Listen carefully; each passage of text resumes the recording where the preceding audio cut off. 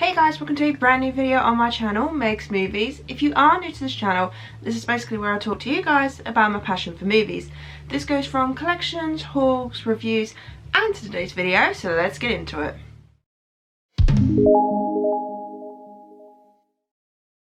Okay, apologies for my voice in advance. It has been feeling rather sore recently. So my voice might go here and there. But yes, it's a full week of firsts, obviously, because it's the first week of the year.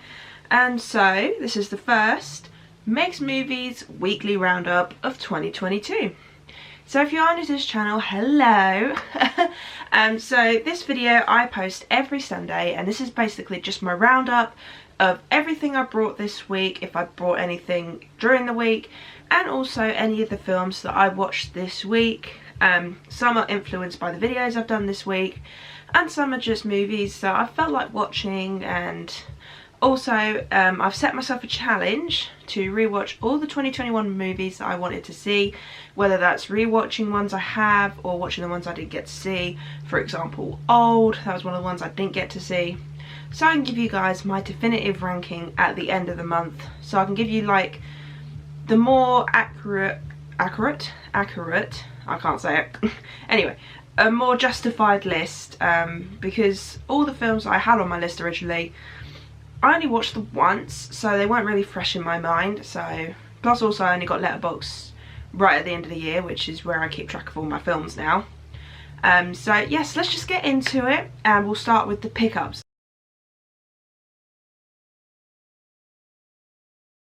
So this week, I have 50 points, no, 5,000 points on my rewards card from my workplace, and that means £50, and I can use that for whatever I want. So I used £25 as an Amazon gift voucher. So this is what I got off Amazon. I picked up The Birdcage. The reason why I picked this up is because I love Nathan Lane, I love Robin Williams, and I'd seen clips here and there, watched the trailer, and I thought, oh, this looks like it could be quite good. So I picked that up. Along with, this is all the same order, Eternal Sunshine of the Spotless Minds. Yes, I am trying to bulk up my Jim Carrey collection on Blu-ray. I'll obviously still keep my DVD versions, because some of them you can't get on Blu-ray at the moment. But yes, this is one of the ones I did not have. Such a good film. I recommend you guys watch. And then of course, new release this week, and that is Venom, Let There Be Carnage. Yes, I look forward to giving this a rewatch, to see where I go on my list as I'm watching the 2021 movies again. But I'm glad it came with a slip, because it was advertised on Amazon as not having the slip. So there we go, that is the front and back, and of course the amazing slip cover. So like I said, I wasn't sure if it was going to come with a slip. Glad it did. And then to finish it off, I picked up The Invisible Man. Reason being is because obviously with Scream coming out next week, I'm so looking forward to that film. Fingers crossed I've got the day off. But with it coming out next week, I plan to do a horror week. So I plan to go over Scream again, possibly post mini reviews for them. I plan on talking about horror movies and giving you guys my Scream collections. And there's a new series as well that's going to be on Monday, so tomorrow, which I look forward to trialing out, see how that goes. But yes, so I'm going to do original versus remake of The Invisible Man, because I have the original Invisible Man up there on Blu-ray with my Monsters collection. So of course it gives me an excuse to take another one of my films from my never seen it pile. So yes, I look forward to giving this a rewatch. I remember the first time I watched it, I wasn't a massive fan, but who knows, maybe watching it a second time, I might enjoy it a bit more. So now on to the movies that I watched this week.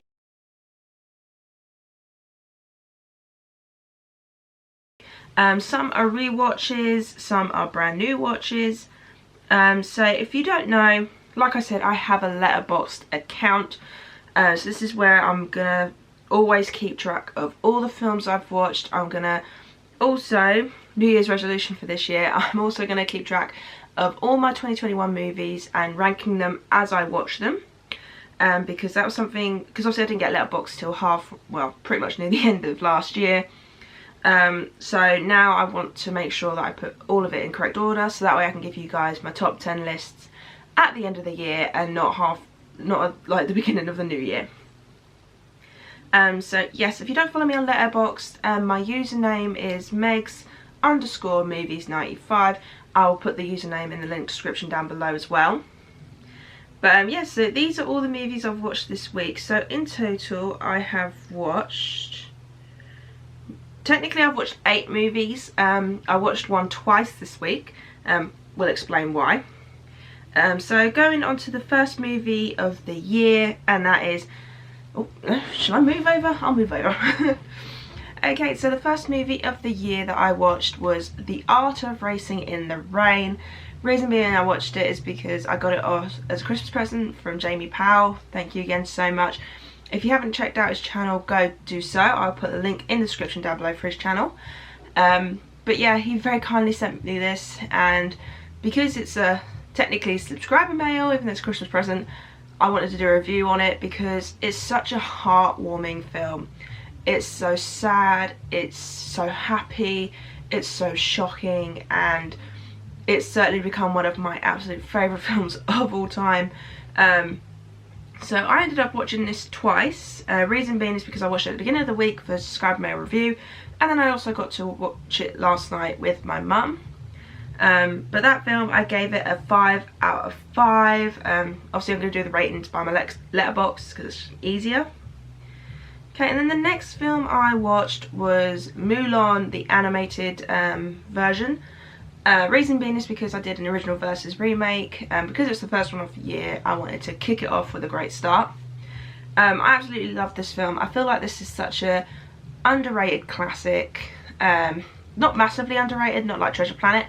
But sort of like in the sense of you don't really hear many people talk about Mulan or anything like that. I know they did when the live action came out, but obviously it sort of like dwindles in the past. So that one I gave a 4 out of 5. Then I finally watched Mulan, the live action one. First time I watched it, I fell asleep within 10 minutes. Yep. So I figured because I'm watching it for a video, I have to make sure I stay up for it. I have to make sure I watch it. It was okay, nothing to rave about. I will say there was a mix of positive and negatives for me. Some of the positives were that I loved the colouring, I loved the costumes. The fight scenes were my absolute favourite parts of this movie. And then some of the negatives was just that there was no songs in the film. They couldn't even keep I'll Make a Man Out of You.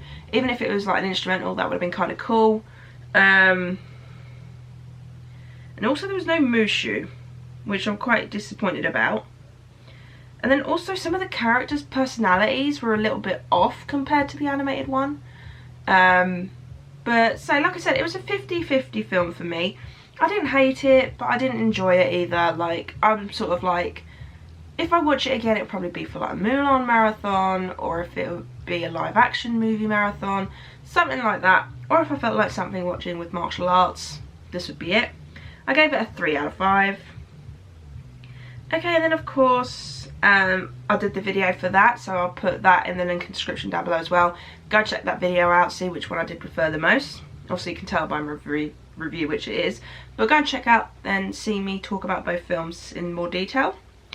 And then of course I figured since I'd watched both the Mulans, figured why not watch Mulan 2. It's not a bad sequel, it's one of the few okay Disney straight to DVD sequels. I do not like the fact that some of the characters had changed from how they ended in the first one, but it redeemed itself by the end of the film, and I enjoyed the songs in this film. They're very catchy, very upbeat. So I gave that one a 3.5 out of 5. Okay, and then because I was going to the cinema that day, I decided to set myself a challenge.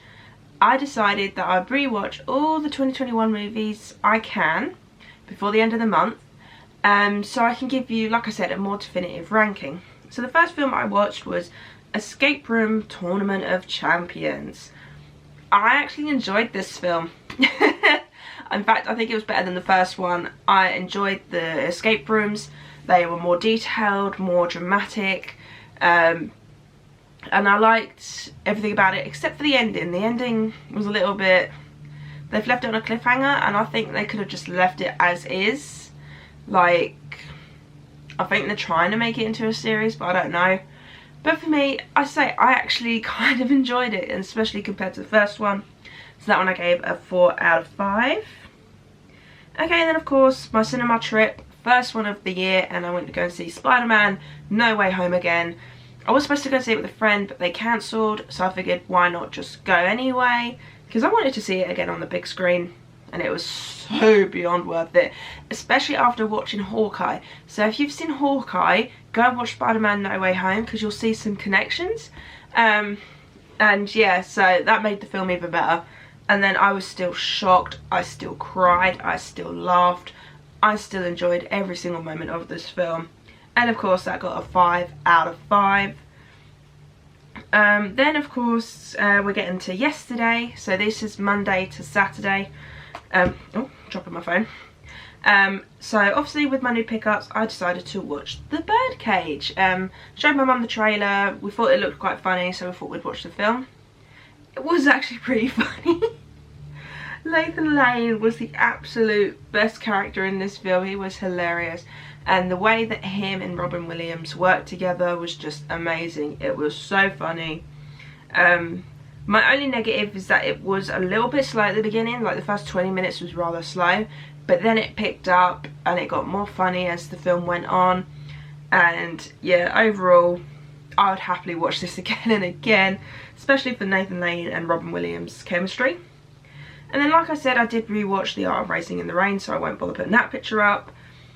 And then, for the first time ever, I have finally watched Die Hard. Yes! I spoke to my mum last night and she was like, do you want to watch Die Hard? I was like, okay, yeah, you know what, that's one of the big franchises I haven't watched.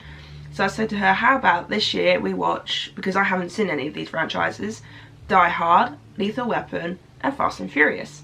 So she said, yeah, okay, let's do that. And then obviously we started with Die Hard. Now I know there's a massive debate as to whether this is a Christmas film or not a Christmas film. I'm on the it's not a Christmas film. I'm sorry, I'm on that side. And I've only watched it once, but yeah, it had Christmas elements. So you could watch it at Christmas, but I wouldn't say it's a Christmas film. But other than that, I actually really enjoyed this film. I don't know why. I haven't watched this beforehand. It was so funny. Bruce Willis was hilarious. Alan Rickman, rest in peace. He was such a good villain. I love the sarcasm in this film. For me, sarcasm is one of my favourite things ever. So I'm so glad I finally got to watch this. I loved the cop Al. He was hilarious. The action scenes in this were amazing. Even the final shot of Alan Rickman was brilliantly done. So it's now actually got me hyped to not only watch the rest of the Die Hard films, but also to watch more Bruce Willis films. Because I've realised I actually don't think I've watched that many. I think the only one that pops in my head right now is Over the Hedge. But yeah, I look forward to watching those. And I gave this one a 4 out of 5. I really did enjoy this movie. Okay, so that's my first Megz Moviez weekly roundup of 2022. I look forward to going ahead and doing more of these as the months and the weeks go on, especially as of next week when Scream comes out. Now I'm hoping that I'm off on that Friday. I normally am off on a Friday, but I don't want to jinx myself, book tickets, and then I don't have that day off.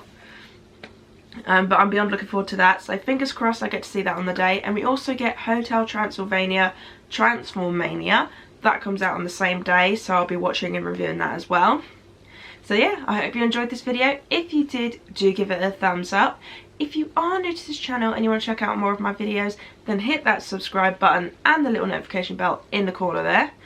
We're almost at 800 subscribers, people. Let's see if we can get to 800 subscribers by the end of January. That would be amazing. I'm currently at 791, so we're not that far. So please subscribe, let's get there.